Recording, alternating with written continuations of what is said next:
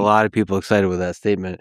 Yeah, no, 'Cause they're yeah. like, "What do you mean? I could just launch an agent and make a lot of money?" Well, by the way, it's happening right now, right? You know that when you go to China, you're gonna see a whole bunch of people getting their claws to try to go out and look for jobs and do work, make money. And I'm not actually. I wouldn't be surprised if some social thing happened or somebody created a digital influencer super cute, or some social application that feeds your little Tamagotchi or something like that, and it become an out of the blue an instant success. A lot of people use it for a couple of months and it kind of dies away.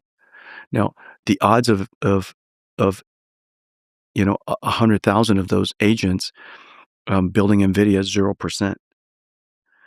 And then the one part that I won't do, and I want to make sure we all do, is to recognize that people are really worried about their jobs.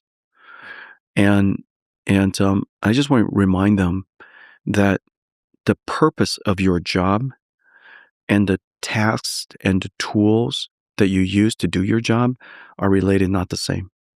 I've been doing my job for 33 years. I'm the longest running tech CEO in the world. I've been 34 years.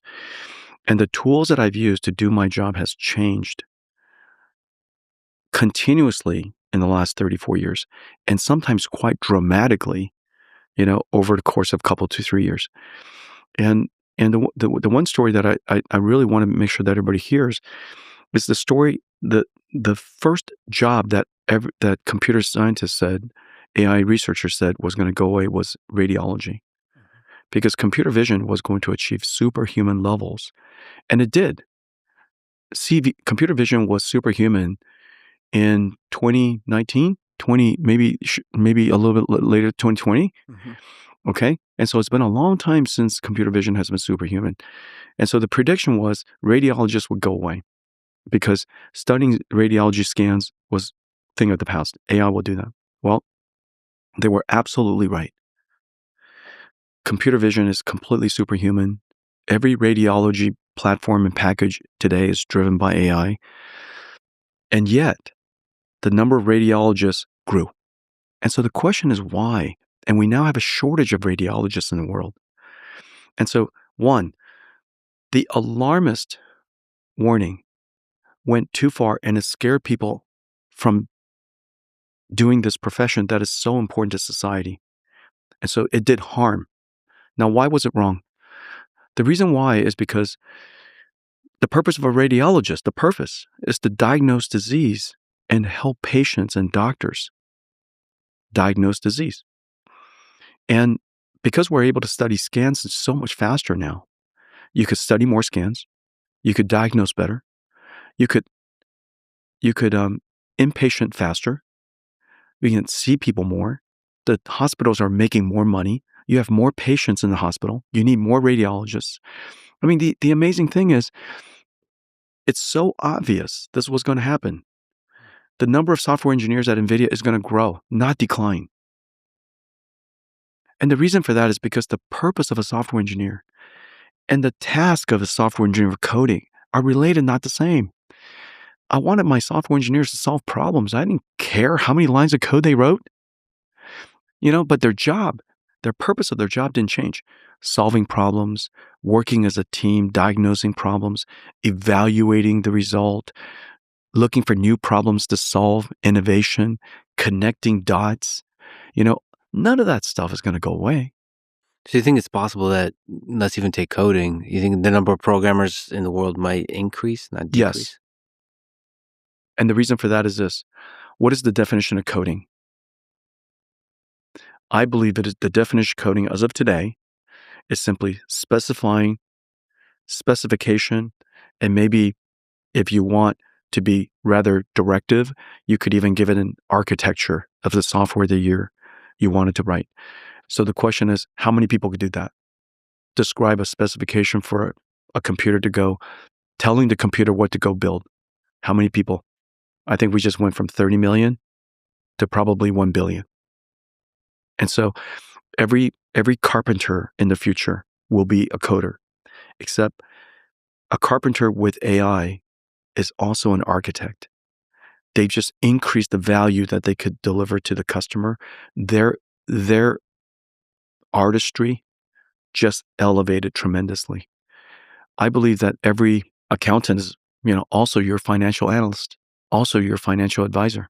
So all of these professions have just been elevated. And if I were a carpenter, I see AI, I would just completely go berserk. You know, the services I can bring to my clients, if I were a plumber, completely go berserk. And the people that are currently programmers and software engineers, I think they're at the cutting edge of understanding intuitively how to communicate with the agents using natural language in order to design the best kind of software. That's right. So Exactly. over time they'll converge, but I think there's still value in getting, I think, learning how to program, like learning what programming languages are, the old kind of programming. What are good practices for programming languages? What are design principles for programming That's right. languages for large software systems? And the reason for that, Lex, and you know, I was just saying for the audience, I think the goal of specification, the artistry of specification, the goal and the artistry of it, um, is going to depend on what problem you're trying to solve.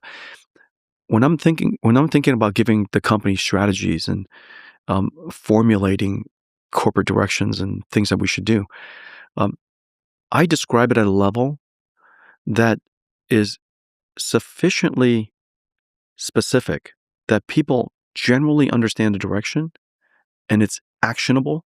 It's so specific enough that they can take action on it, but I underspecify it on purpose so that enable 43,000 amazing people to make it even better than I imagined.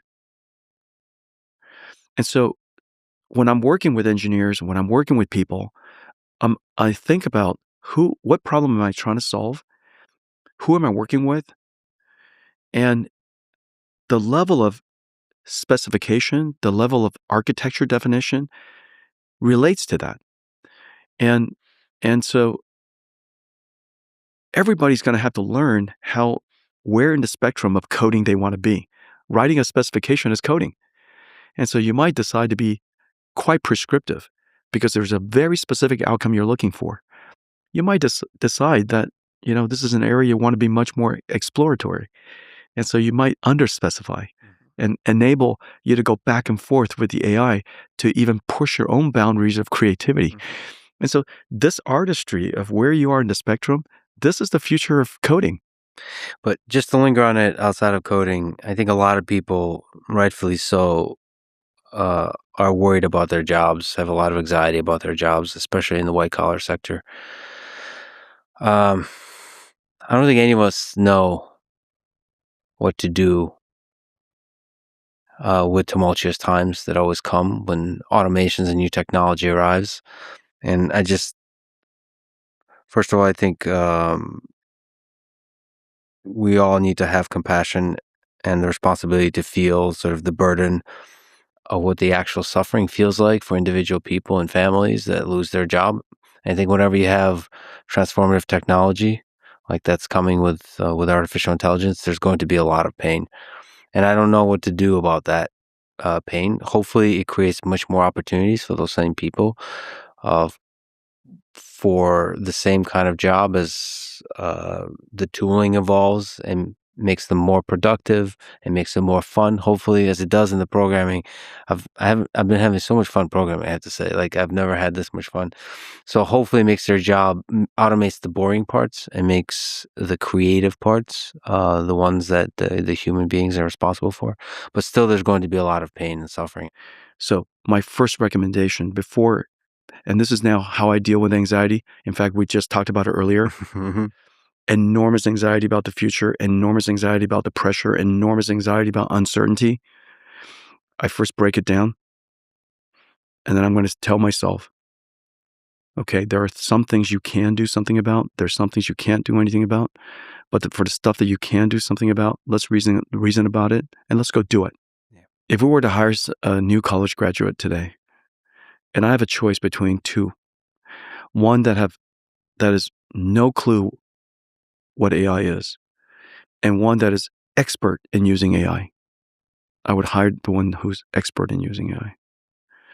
If I had an accountant, a marketing person, the one that is expert in using AI, supply chain, customer service, a salesperson, business development, a lawyer, I would hire the one who is expert in using AI.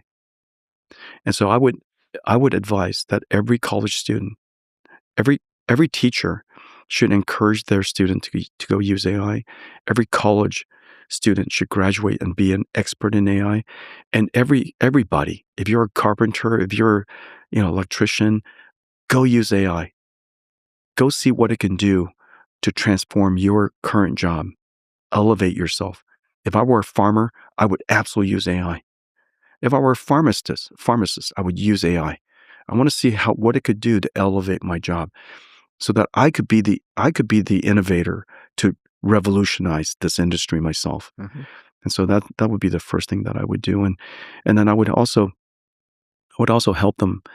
Um, it, it is the case that the technology will dislocate and will eliminate many tasks, and because it will automate it. If your job is the task, then you're very highly going to be disrupted. If your job's purpose includes certain tasks, Mm-hmm. then it's vital that you go learn how to use AI to automate those tasks. And then there's the world of spectrum in between. And by the way, the beautiful thing about AI, so the chatbot versions, is you can break down. You have anxiety, and you can break down the problem by talking to it. Like I've recently, it's really just incredible how much you can think through your life's problems and I don't mean like therapy problems. I mean like very practically, okay, I'm worried about my job. What are the skills? What are the steps I need to take? How do I get better at AI? Everything you just said, you can literally ask and it's going to give you Yeah. a point by point plan. I mean, it's just a great life coach. Period.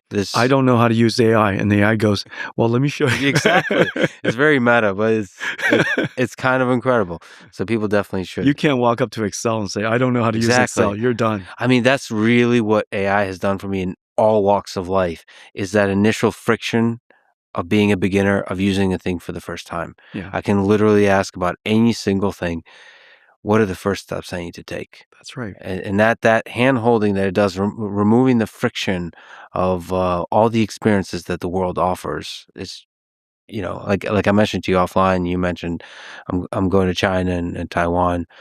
Just So ask, awesome. I'm so excited for you. where do I go? Where do I go? How do I? All of those questions Uh-huh. immediately answered. It's beautiful. Well, when you go to Taiwan, just ask AI, what are Jensen's favorite restaurants in Taiwan? Yeah, And it will actually you'll tell you. know. Oh, yeah, yeah. Is it accurate? Yeah, Okay, yeah. all right. It's all over Taiwan. Well, you're a rock star over there, Mhm. and like we also mentioned offline, maybe our paths will cross, which would be really wonderful in Computex, in Nvidia Computex. GTC Taiwan.